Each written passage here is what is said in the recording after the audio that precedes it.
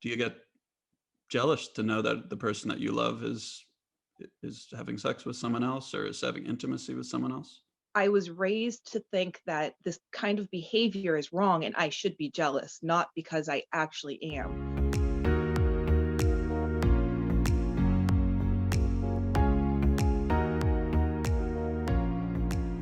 Hi, everybody, and welcome to another Thoughts and Feelings podcast. I'm here with Jiya today, and we're going to talk about polyamory. Polyamory is a subject that I honestly had not thought much about in my life, and I started hearing more about it about 10 or 15 years ago. And I began to wonder, can this possibly work? Can you sustain a healthy set of relationships with more than one person? And that is what Jiya and I are going to talk about today. So, welcome, Jiya.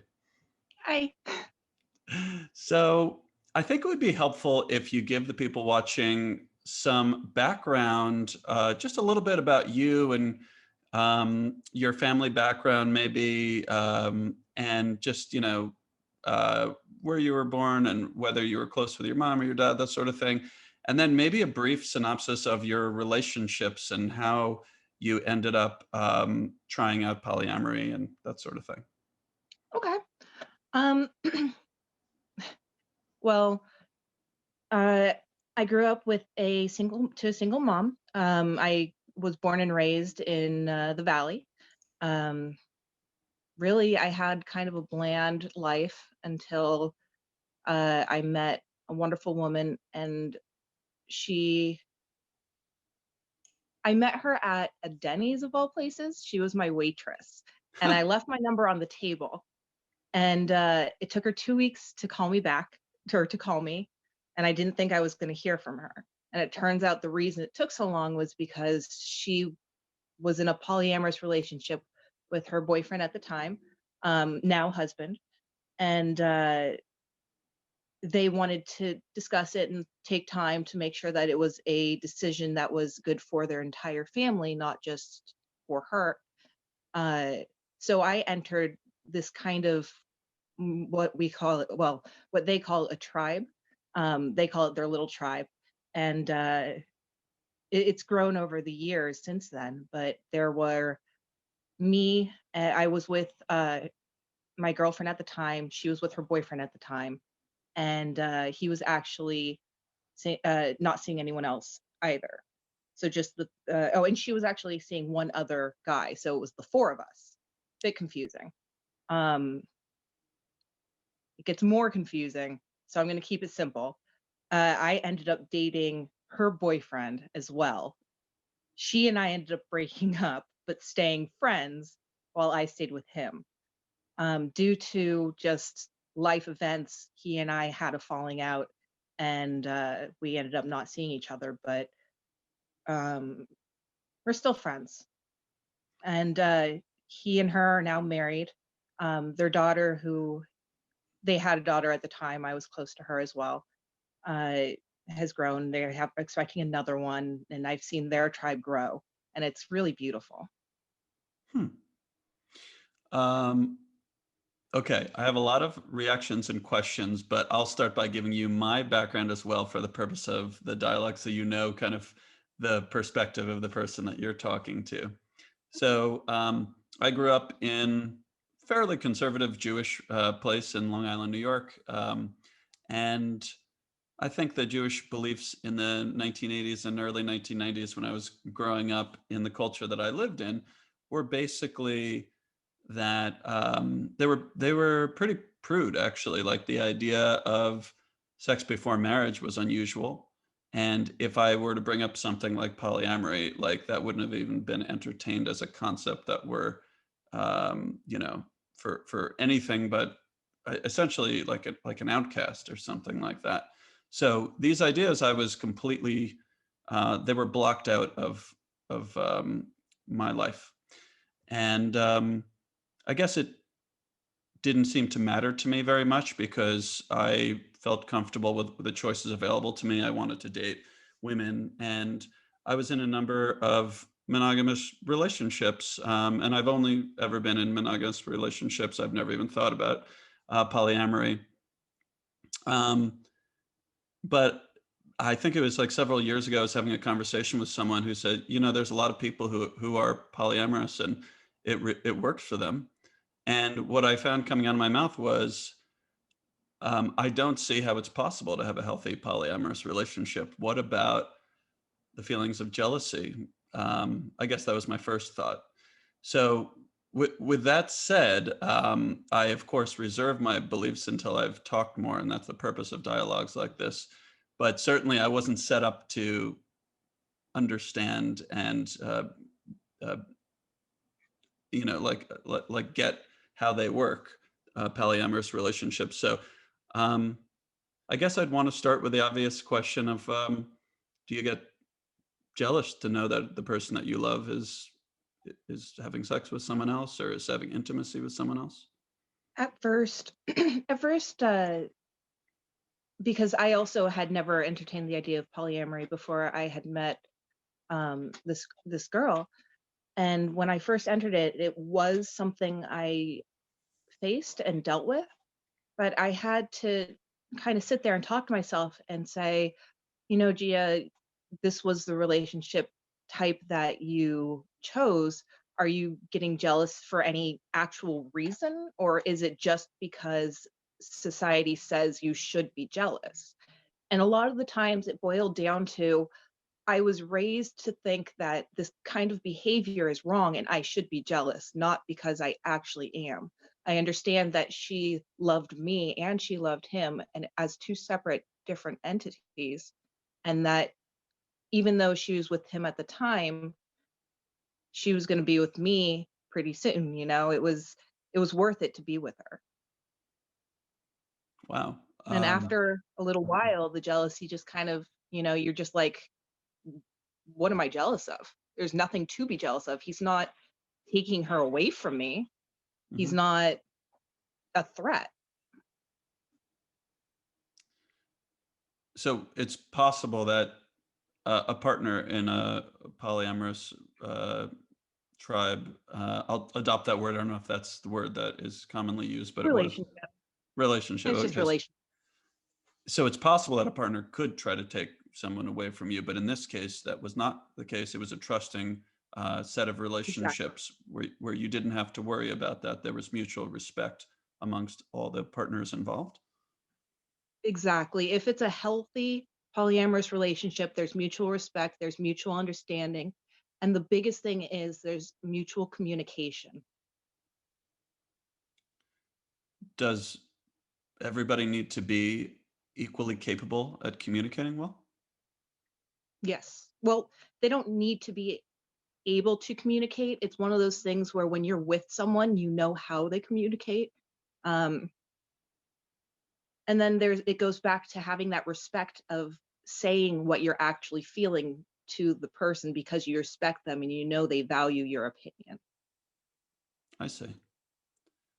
Um, I'm having a lot of things I'm wondering about at once, but one of them is, and many of them just branch out from the subject. Like what do you do on, theoretical, like a Valentine's Day or birthday? Who do you spend it with? That sort of thing. But I think I'd rather go deeper first on the idea that you said that you've been taught by culture to be jealous, but you didn't actually feel jealous. And I have a little bit of a hard time with that notion because when I put myself in the situation, I can't imagine not being jealous. So can you tell me a little bit more, like you genuinely don't feel jealous? I guess I have to ask with some disbelief because I don't know what it feels like. Again, it depends on the situation. It depends on the person. I personally can take a step back and look at myself and figure out how I feel due to you know being a different person. Um, but it also again goes down to the type of relationship and how you feel. If you're feeling jealous and you're feeling, you know, all of these negative emotions, then you need to go to your partner and tell them what's going on and communicate with them how you're feeling. So it's So it not that seems it doesn't happen. okay, I see. It seems like you have to be better at communication than the average person. You have to do a lot more of it. I mean, at least twice the amount if you have two partners. Yeah, there's a lot of communication. I think communication and respect are like balanced on Right. the top tier. Okay, so you do get, it is possible to get jealous, but you would talk about it. Um,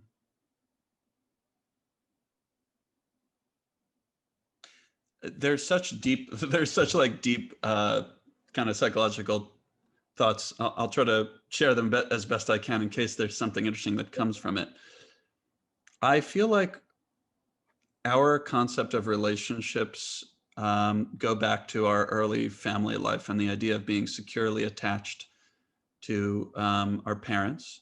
Perhaps I'm not sure which attachment matters more to the mother or the father, or whether it depends on your sex. But I think when I uh, when I think about the way that I like to be in a relationship, there's somewhat of a mirror. It's maybe a refraction of the parent child relationship that I had with my parents, where I say I really would like to securely be in a relationship. But the thing is, it's so different. It's with a partner. It's not unconditional love. They're not your parent, as much as a lot of people play out issues that had to do with their I get parental what you're saying. attachments. But it does feel like there is a similarity in the strength of that attachment. It's like you unlink from your parents in a certain way. You become independent, then you link with another, and then you start the family like kind of chain going. That is the reason that humanity has persisted all this time. I don't know what the history of polyamory is. I imagine it's been around for thousands of years, but I'm not sure. But it doesn't seem like the most stable vehicle for producing family. Would you disagree? If you think, do you think everybody could be polyamorous and we could procreate our species that way? I don't believe that society is in a state where everybody could do it just because it is the abnormal. If everyone was programmed for it, yes, I think we could grow and procreate, especially since there's that old saying, it takes a village to raise a child. In Yes. a polyamorous relationship, if there's one thing that I saw, it's that there were two children in this tribe, my own, and then my partner had a very young child, and everybody cared. Everybody loved the children and took care of them. It was a true gathering of people who cared about each other. Hmm. I don't think I got from your history who you had your son with. Um, my son with my ex from high school. Yeah. I guess that was pretty exciting. The most exciting thing I did in my life was I had a son at 16. Oh wow! Oh my gosh!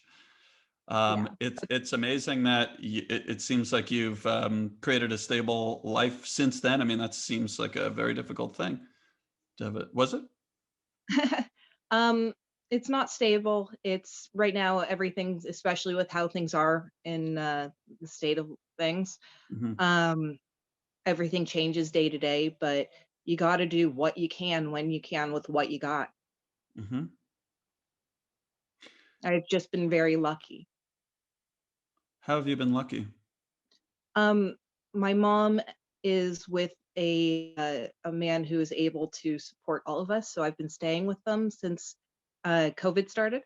Hmm. So, and I've been able to have my son here with me while I'm here. I have him every other weekend, Hmm. so I've been lucky that I have this support. Is your son with your ex from high school? Yeah, Every other, mostly. he lives with them. Okay, gotcha. Yeah, at the time, just yeah, Yeah, I I was a single mom until my son was 11, and then his dad came back into the picture, and because of life events, he ended up living with his dad priority or most of the time. Mhm. So I see. So he got almost like the first half of his childhood spending almost all his time with you, and yeah, now there's probably some catching up to do with that. Is that right? Or something like that. sounds like It, there's it's more a lot. life got unstable for me, and it's more a healthy, stable environment there. So he stays there, Mhm. at least until I get a little bit more stable than I am.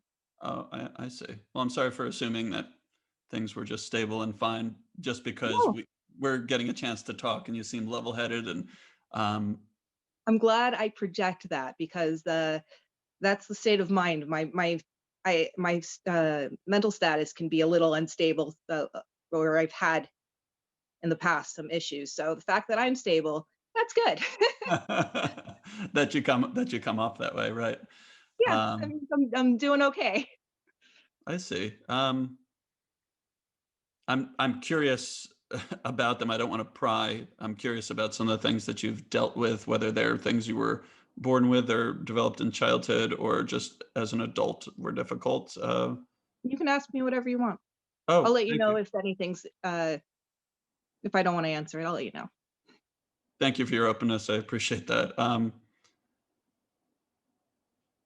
Well, what were the issues that you were talking about? Were there a few, or is it one main thing? Is it It's a couple different things, but I've been diagnosed with borderline personality disorder, major depressive anxiety, and bipolar disorder. oh my God.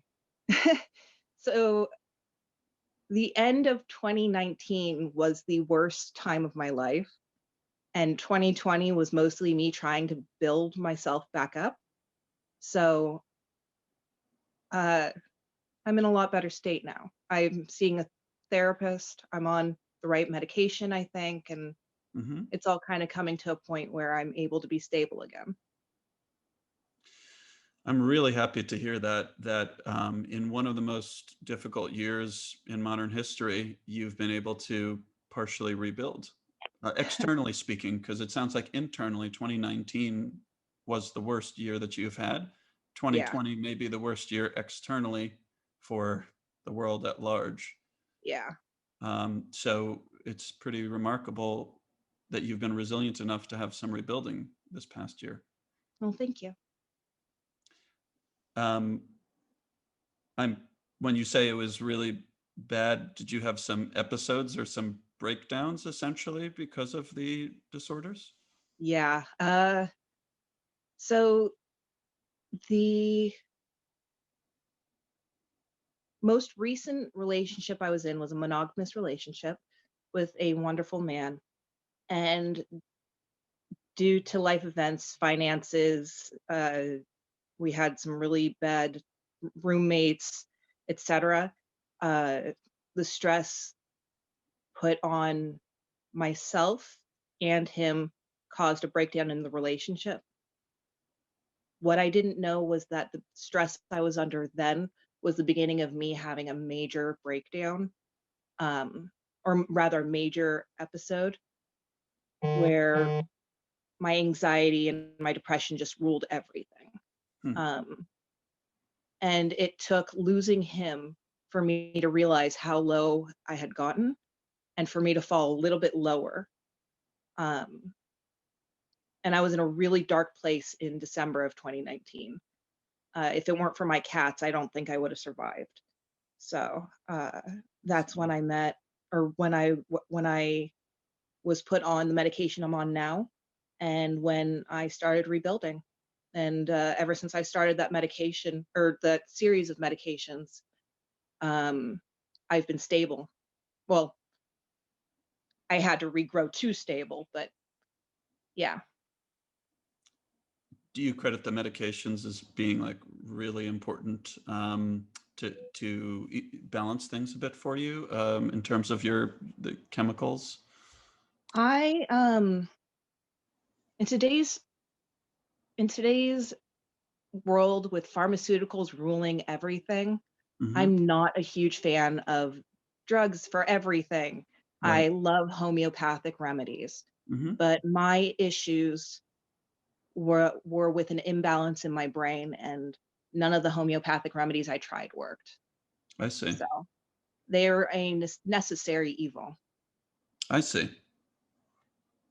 Um,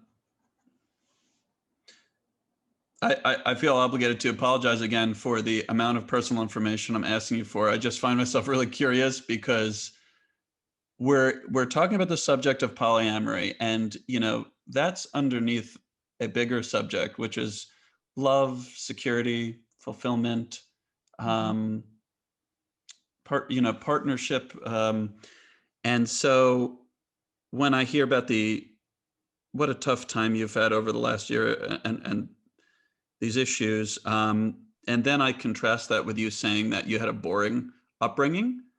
Uh, I have trouble believing it. I mean, were your parents both there and loving parents? I was a single mom. My mom raised me. My grandmother and my grandfather helped raise me. Mhm, They were all loving. Everything was literally peaches and ice cream until I was 11, and that's when I started getting depressed. And um, sadly, in the day and age, doctors didn't recognize it and see it. And I withdrew into myself a lot, and I had some good friends, but not the greatest of friends, and I didn't know how to choose better or that they were toxic. And so I mean, I had my issues and but I had a very loving mom. She had her issues, but she did the best she could. My grandmother is alive today and she still loves me unconditionally. mhm, She had to move to Texas to live with my aunt and uncle. She lives on a beautiful ranch. mhm, And my grandfather, unfortunately, like I said, died when I was 11. mhm. So, other than that, that's uh, mostly it. And how often do you talk to your mom I live now? with her. Oh, that's right. You live with her now. What about We before that? actually, we actually, there was a period in 2019 that I had to block her out of my life because we didn't get along. Okay. Um, and I think we both did a lot of growing in that period. And since uh, COVID started, that's when I moved in with her because of everything. We've been regrowing our relationship and it's become this beautiful thing that I never expected.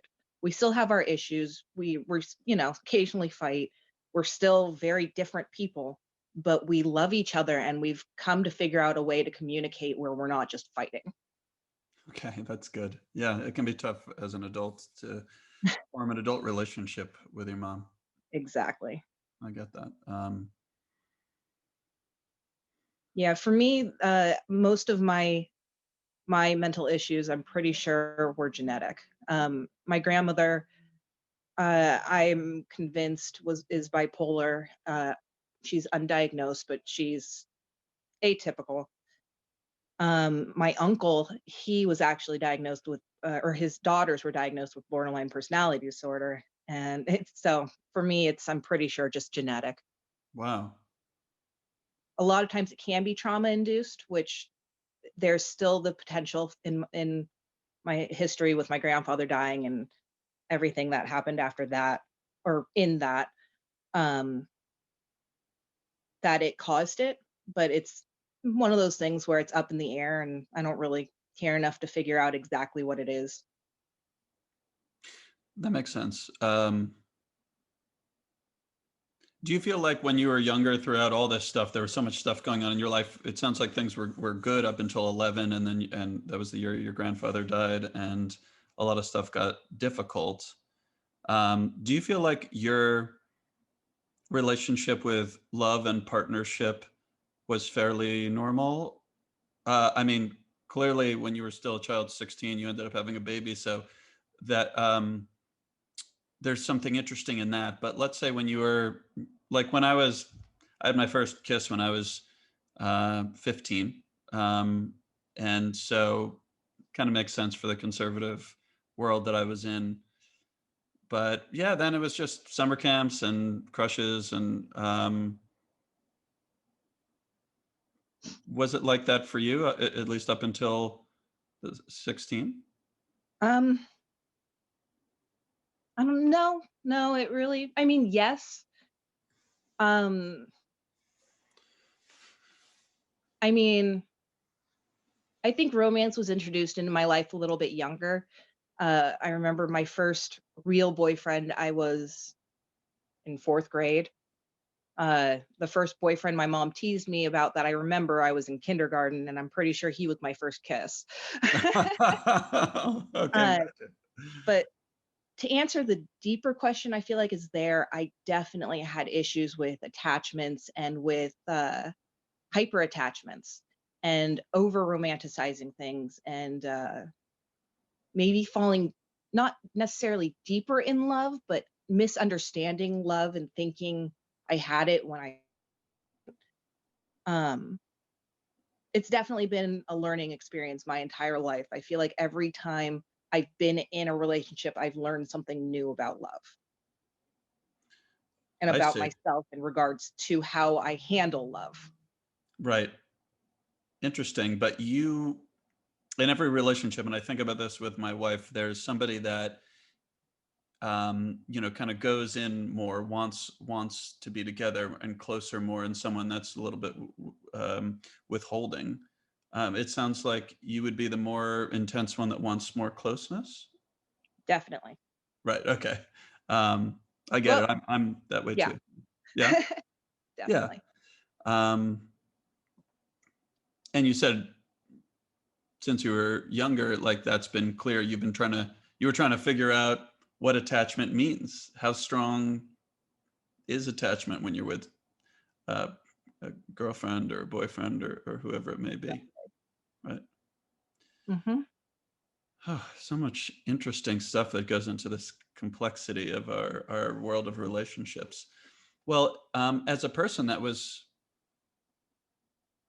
so interested in attachment and closeness, you then being okay with someone with being attached to someone who's spends half their time or whatever it may be with someone else, including like being intimate with them.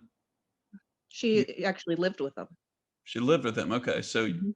you really came a long way in terms of your understanding. It sounds like. I like to challenge myself.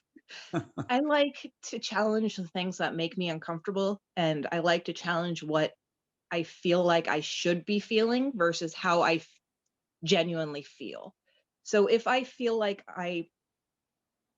hold on, let me take a step back. Sure. So, for example,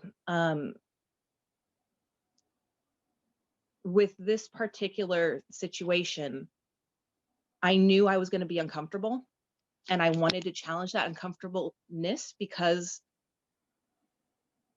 the payout was worth it.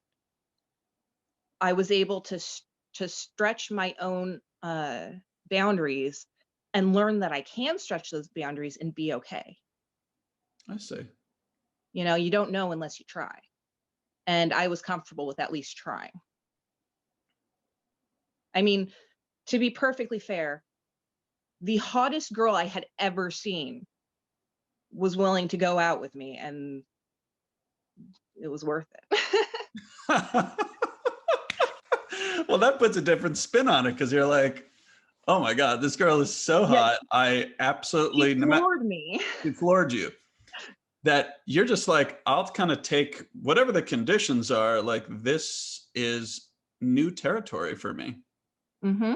And I was just charting new grounds, and I went into it knowing that some of it was going to be uncomfortable and some of it going to be wasn't going to feel okay at first, and it was going to be down to me to figure out, okay, why am I not okay with this? Am I really not okay with it, or am I not okay with it because I think that something bad is going to happen? And in the end of it, or in the end of the day, I knew nothing bad was going to happen because she told me that she was with this person, so she's not going to turn around and go against or turn around and go behind my back with the person. So the worst thing she could do is cheat, but she can't Mhm. cheat. She can't cheat by getting together, like hooking up with him. Right. Right. She could with some, like, if she, again, it goes down to that respect and understanding that she wouldn't do that. I see. Is there a what's the concept of this guy's interest in you? Um, which guy? The guy that she was with. Oh,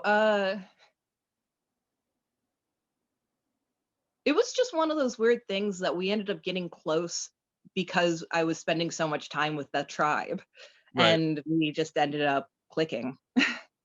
Okay, so he wasn't like sexually interested in the idea of his partner being with a woman and that being you. Like you weren't interested in that context. You don't think that's not the way he saw you? I don't think so. Okay. Um, he was always very respectful, and I mean, yes, there was definitely that sexual interest. Um, but I mean, there's that respect and communication again, where he's not just going to make a move without talking to his partner first, even though his partner and I were together. Uh, okay. It's interesting because you said one thing and then you said something else. That was a little Well, different. okay. So, well, you're talking about the guy I was with when I was with the with his girlfriend, right? Yeah, well, I was talking about you met woman was the hottest woman you had seen. She was with a Right. guy. She told you from the start. I'm talking about his interest in you and what ended up happening. Yeah. I mean, yeah. Well, I'm just saying he wouldn't try and make a move on me without talking to her first. Oh, I see. But there could be a conversation they would have, and then subsequently they would have with you, and then you could agree to be sexual with him only or with both of them. It would be handled like an individual relationship. My relationship with him was different, was separate from my relationship with her or his relationship with her. We didn't really go into the specifics. Like we didn't share relationships um like swingers do. We didn't cross partners like that. Right. It was more of he and I had a relationship that was a separate bubble. He and her had a relationship, again, separate bubble, and then she and I had one in separate bubble. I see. Okay. And I think I did maybe cross over into the border of is it similar to I wasn't thinking totally like swingers who there would be just as many partners as show up or something, but that, it would be fair game for the three of you to like have sex together. I don't know if that would be confusing. It almost sounds like you're saying it would be. Um, no, I mean, it did come up, but none of us were really interested in a threesome, Okay. so we just never did. Okay. I I think see. that was the case at the time, something like that. We just never did. Okay. Right. Because something close to that was already occurring in terms of the relationship dynamics, but bringing it all together into a single moment seems like perhaps it was maybe would have been too much complexity or confusion or too many Um, overlapping feelings or I'm sure that partners out there do. I'm Mhm. sure that it happens all the time. It just didn't happen in our situation. I see. Okay. It's just a matter of um, comfort levels between the partners, how, if they want to do that, it boils down to individual preferences, just like with a regular relationship. Okay. So would it be fair to say that your view is that there's a lot of traditional relationships out there? The majority of relationships out there are traditional, although it has become more acceptable to have a non-traditional relationship, so you hear more about them. And you don't really care for the notion of being traditional for traditional's sake. Your philosophy is do what makes you feel comfortable, even if it's different, even if it pushes your boundaries, as long as you can get clear with yourself about it. Exactly. Be true to yourself. Mhm. Because I think about that sometimes, and I say, well, I totally agree. Like, if you find an internal truth, and it can be hard to know what's true to you, it can take a long time to figure out what you really believe on a deep level, because it's confusing because there's all these cultural things that are messages that are given to you and assumed for you, and many things that make us who we are things that someone else decided for us or a culture decided for us. But if you do find that truth, it's pretty clear you need to go out and pursue it and live it. So I do like that. But I also give some respect to things that have been around a long time, which is why I brought up the concept of polyamory being around a long time. Because if it was brand new, I would say it's more dangerous territory because it's not proven in a certain way. Right. Um, do you ever think that way? Or Um, what way in specific? Just like proven versus disproven, or yeah, let's say you feel something is true to you, but it's not something you've seen a lot of people do or be successful. Like, are you willing to totally break the mold and have people oh be yeah, like, I have never heard of something. Wow, that's a oh very yeah. independent streak you have. I spent a lot of time doing what I felt other people wanted me to do. Hmm. And so now it's become almost like a vicious turnaround. I want to do the exact opposite. I don't want to do what people expect. I don't want to do what everyone says you should. I want to be myself. Right. I want to be unique. Hmm. That's cool.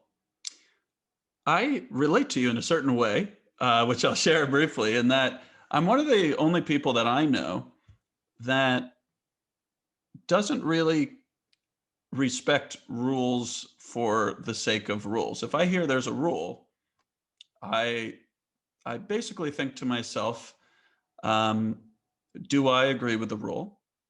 If I don't agree with the rule, then I say, what's the penalty for breaking it, and is it worth receiving that penalty? And I basically multiply the percentage chance that I will get caught breaking the rule with the harshness of the penalty, and then Yep. proceed accordingly. And most people don't do that. Now, I have strong ethics, so it's not that I'm breaking rules all the time for the sake of it or anything like that. But I have a deeply independent um, Nature. frame of mind. So I agree. I relate to you when you say that, but I think though you have done it more with your relationship dynamics, the way you've lived your life. I mean, from just, I mean, I barely talked to you before this moment that we started recording, but from what I understood, you travel a lot, right? Like you're I do. right, you're Um, kind of mobile all the time. I mean, right so now you're living, yeah. yeah, like I said earlier, my life's not entirely stable.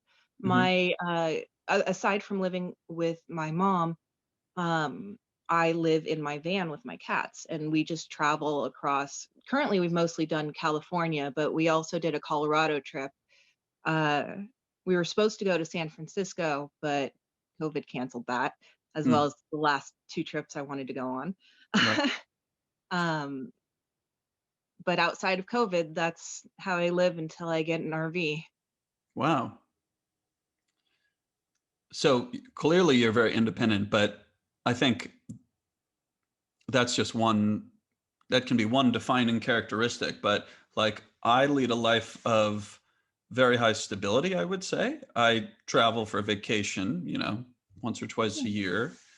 I'm in a traditional relationship for like 11 years, and I value stability enormously, because it just makes me feel safer. But of course, if you don't have the adventure and the going out, then you'd be very boring. So I think my wife represents a little bit more of that, but I have my own sense of adventure. Like I enjoy drinking and partying and stuff like that more than my wife does. So to the extent that you could call that adventurous, like I don't mind like letting loose in that way, and my wife isn't like that. So there are different ways that we can venture out. But but yeah, it's kind of interesting the way these independent streaks have manifested themselves in to different people, like Yeah, you. I would say even just making this project is pretty independent. Yeah, thank you. I think that is a manifestation of the fact that I I think that there's something different that would be good for the world out there, and I'm sure there's been similar projects, but I've not seen anything exactly like it where it's not an interview series, and I Yeah. like that. And I feel like I'm always willing to examine things independently, as I do, and on this channel and website, because that's the only way to figure things out in this very confusing world where there can often be a vast majority of people that believe something that is totally not true if you were to really think about it, for you at least. Yeah. Um, I think constantly there are many, many beliefs out there that the majority of people hold that just would not be true if they weren't messaged to you so consistently. And so I think that's also part of it. So thank you for bringing that up. um, so what I'm learning is that we're different in many ways. We have this independent way of thinking in common, although we manifest our independence differently. Um, so, would you recommend polyamory to a person like me, or to any person, or is it simply the concept that if you believe it, you should do it, but no, I don't recommend it unless it's something you feel deeply connected to? That's a hard question. Part of me feels like everyone should at least try it once just to see how they feel about it, but at the same time, that could lead to a bunch of very unhealthy relationships, Hmm. and I really don't want that. Um, I think it just goes down to being true to yourself, and if it's something you genuinely think you want to try, go out and try it. There's no harm in just trying. Um, I mean, I guess you could end up getting hurt, but you'd learn something about yourself. You'd know whether this is a life path for you. And really, I mean, it's really hard because not everyone can do it. I really don't think everyone is meant to do it. Who is meant to do it? I don't know. There's no you are specifically chosen for it. It just goes down to who you are, Okay. you know?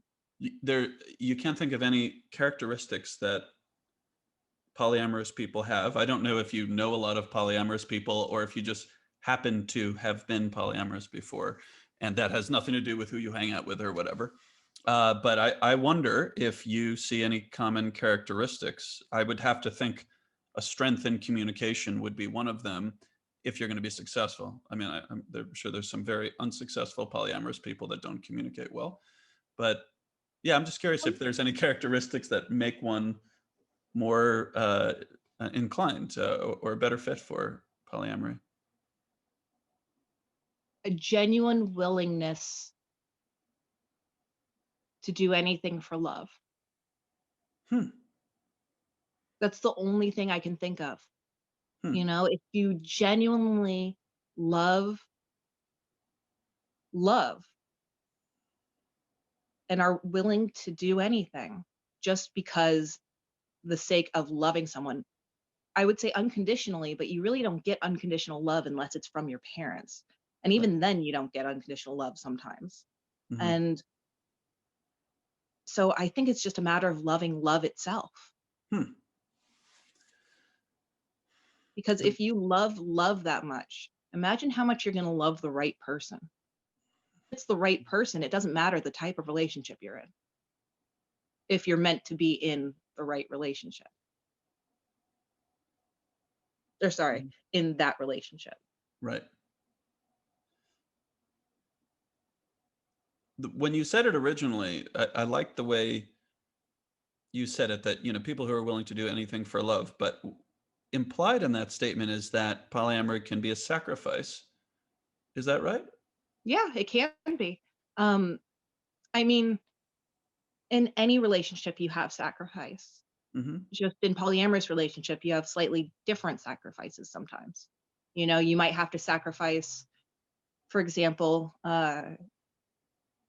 when I first started dating that girl, we had Thursday nights was our date night.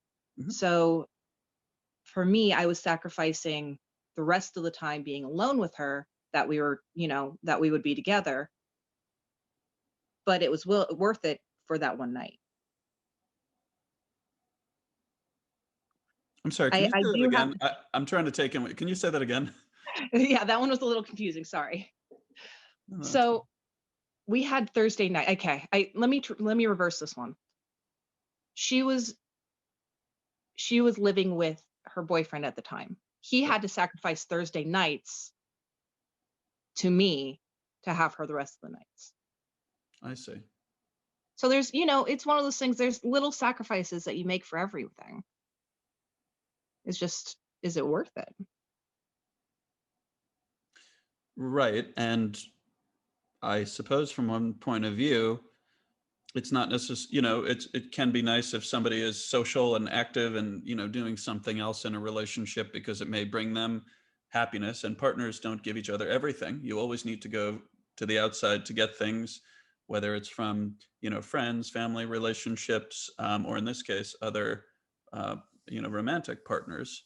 So it would just be opening up to the idea that a romantic partner can be part of a healthy life in addition to another romantic partner. That's the part that I think is what I'm exploring on my side of this dialogue. But I think I see it conceptually that it could make that person healthier if they're getting something complementary from the other person. Right. And it could be in many different realms. It could be intellectually, it could be sexually, it could be in terms of intimacy, time, the way that somebody talks. I mean, there's a lot of things that a person can want in a relationship, and um, I never actually thought about that. hmm, About, the going out to get different things from, like, friends and stuff being the same thing as going out to get different things from romantic partners. yeah. Never Well, I thought got about that from you.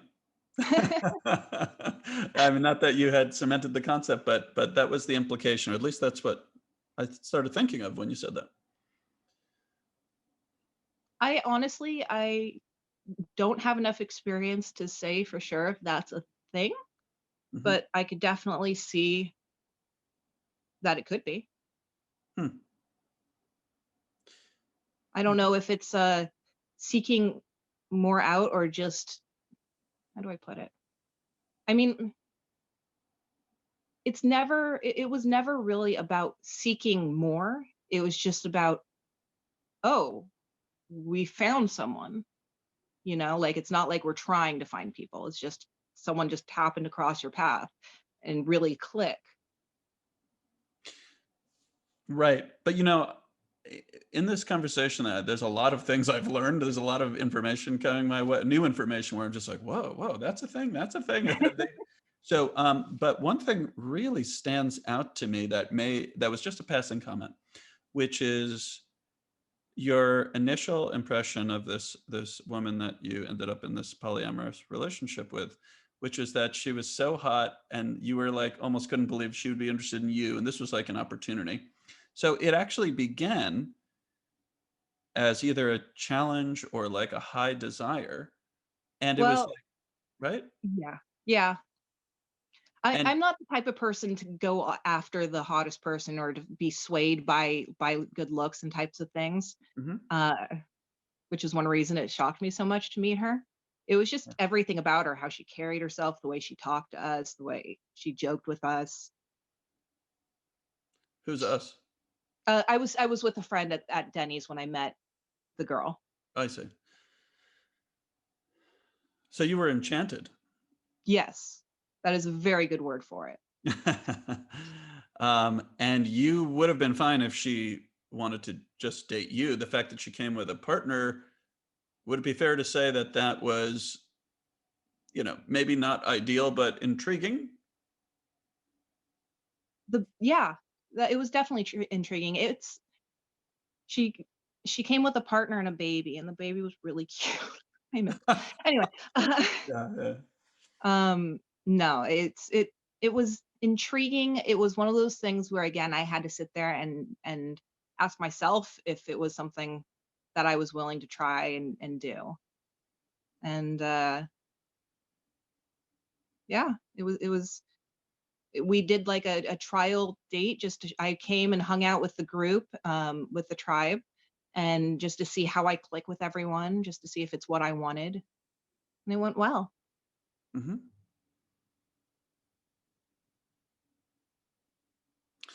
Sorry, I'm just I'm having a thought. I want to develop it.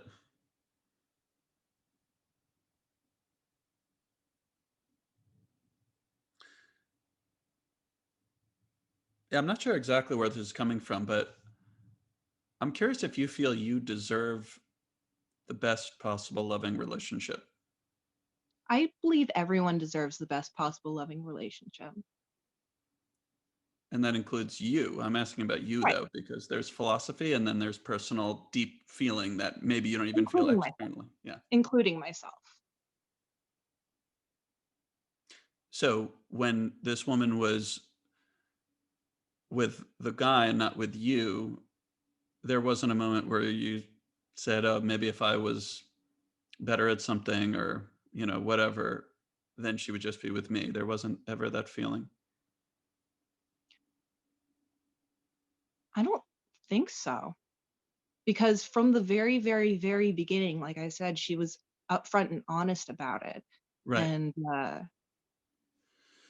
because of her honesty, and she was always nothing but honest. So I trusted her word. Right. So if she told me that, you know, I was enough, that was fine. Um, as for feeling insecure about having the polyamorous part, there was a couple occasions where, in the beginning I was kind of like, well, I don't know. I feel insecure about it. Hmm. But I don't know, it just the way that everyone interacted, because if it wasn't her and me by ourselves, it was normally all of us as a group, or occasionally she would go out on a date uh, with her other partner. Hmm. And more often than not, the rest of the tribe would still hang out. So it's not like I was sitting there alone brooding. Right. Well, yeah, my question is really about an unconscious part of you. And I ask it knowing that we had totally different upbringings and stuff. But I think for me, if I were in your exact situation, there would be moments in the middle of the night or something like that when I would just become semi conscious, where I would probably say, if I were only better, whatever that means, then she would only want to be with me and not with anybody else. I didn't have that. I've had those thoughts in monogamous relationships. Maybe he would do this, he would want to be around me more, whatever.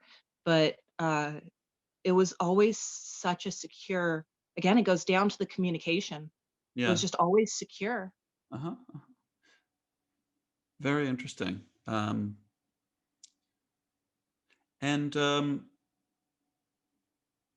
we just have a few minutes left, so there is something I'm curious about, which is you've talked about this in the past. Are you polyamorous right now?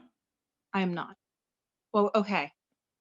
I genuinely believe from my experiences that I'm polyamorous by nature. Uh-huh. However, I practice monogamy depending on the relationship I'm in. Um, I'm not in a relationship, but I am currently in love with someone, and the person I'm in love with is monogamous. Is monogamous but not with someone else? No, Okay, so it- there. Okay, right. it's my ex. We're on a break. Oh, I understand. Okay, So, so you're on a break, but if you were to get back together, you would only be with each other. correct. And would you be okay if your ex wanted to be polyamorous? Change from monogamy? I think so. I think it would be a weird rewiring of gears, but because of my nature, I think it would be okay. Hmm. It's kind of like sticking a wrench in moving gears. My Mm-hmm. brain, once it's processing, sometimes it takes a few days to reprocess. Mm-hmm. Mm-hmm. Yeah, yeah, yeah. That is a very different system of relationships. So right, it wouldn't be just something you could move over to. Hmm. It's kind of like no, that's a bad analogy. Never mind. Now I'm curious what you were going to say but didn't say. I'll tell you later. Maybe. Okay, that's fair. Um, well, it's definitely very interesting. And it is interesting to me that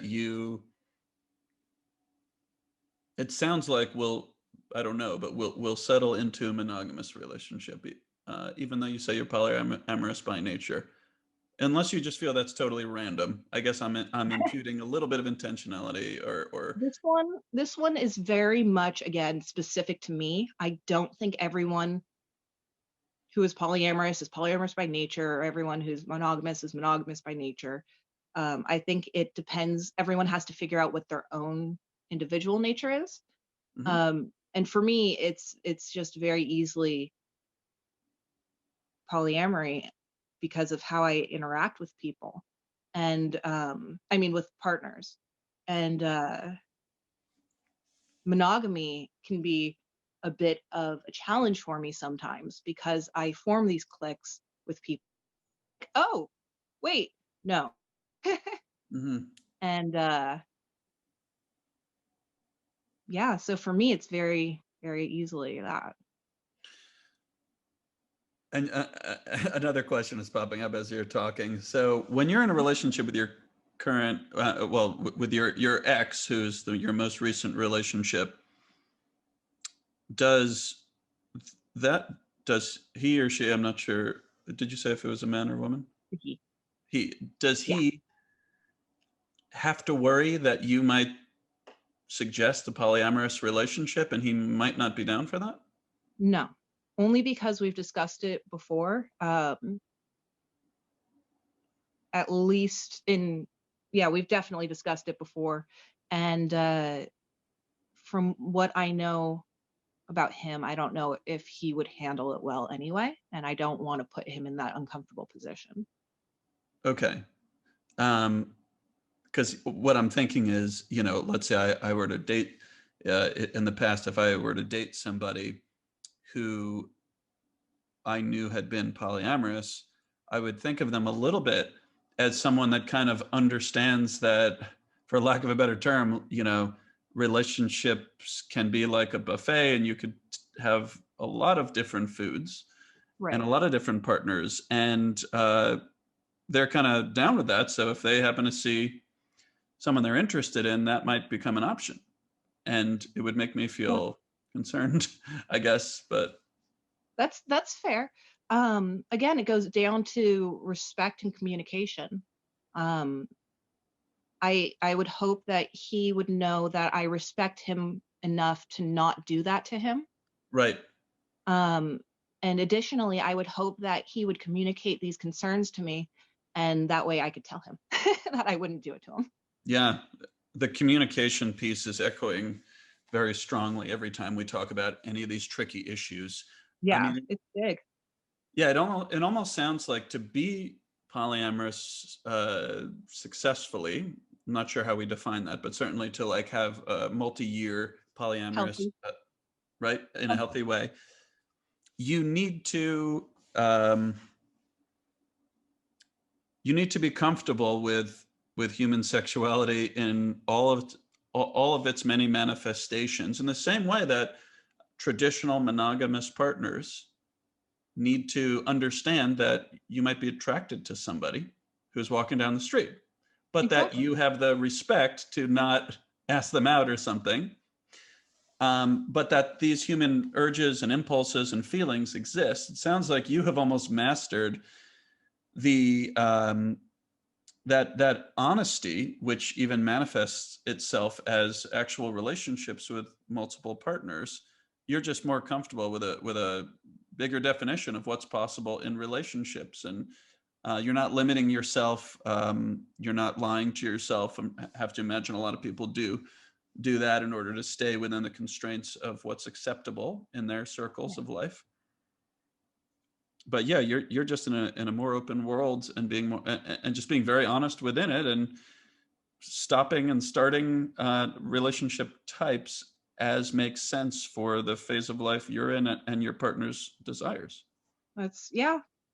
I mean, yeah, that's exactly it. It's about tailoring your life to what you have. Huh. I wouldn't say I mastered anything. I've just been I stepped in a lot of cow pies. That's all. Okay. Yeah. Because in a way, it's easier to just be like, I'm gonna be monogamous, get married, have a kid, whatever, and then just go down the traditional path of life, and not maybe avoid some of the things that could be in there, some branch deep within me that I may not follow. Maybe ignore a few of those, but have some nice stability, and at least I have that.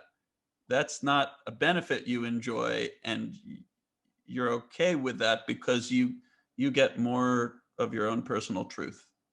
Yeah.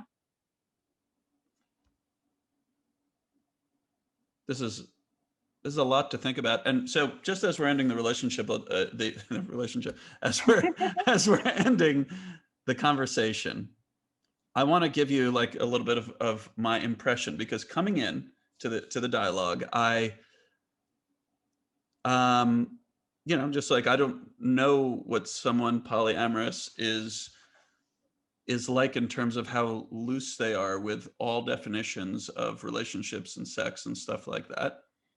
I was surprised because the person that I met in you is a person that is it really appears to be honest and trustworthy and communicative, and understands the rules that govern a trusting relationship, that you need to be true to your word. And you're vulnerable, and life has hit you in a number of ways, and things have been difficult, and you still stick to what's true. And it's different than the caricature that I may have come in with, because I didn't have anything else to compare it to. So I've enjoyed that. Thank you for Well, being thank so you. open and honest about this subject and about yourself. I'm happy to. It's nice to talk to someone about it. It's not every day that, someone wants to know about this information. I do want to say that this is only my truth. A lot of the information could change relationship to relationship. Yeah. Everybody is different. So this is just what I've experienced.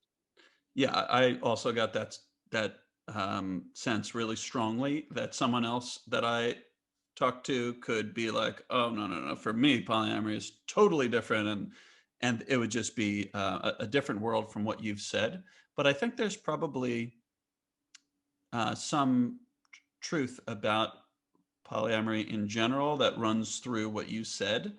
That if it would be interesting if I were to talk to a bunch of people that all have practiced polyamory, I bet there'd be certain things I begin to put together. Probably the thing with communication, and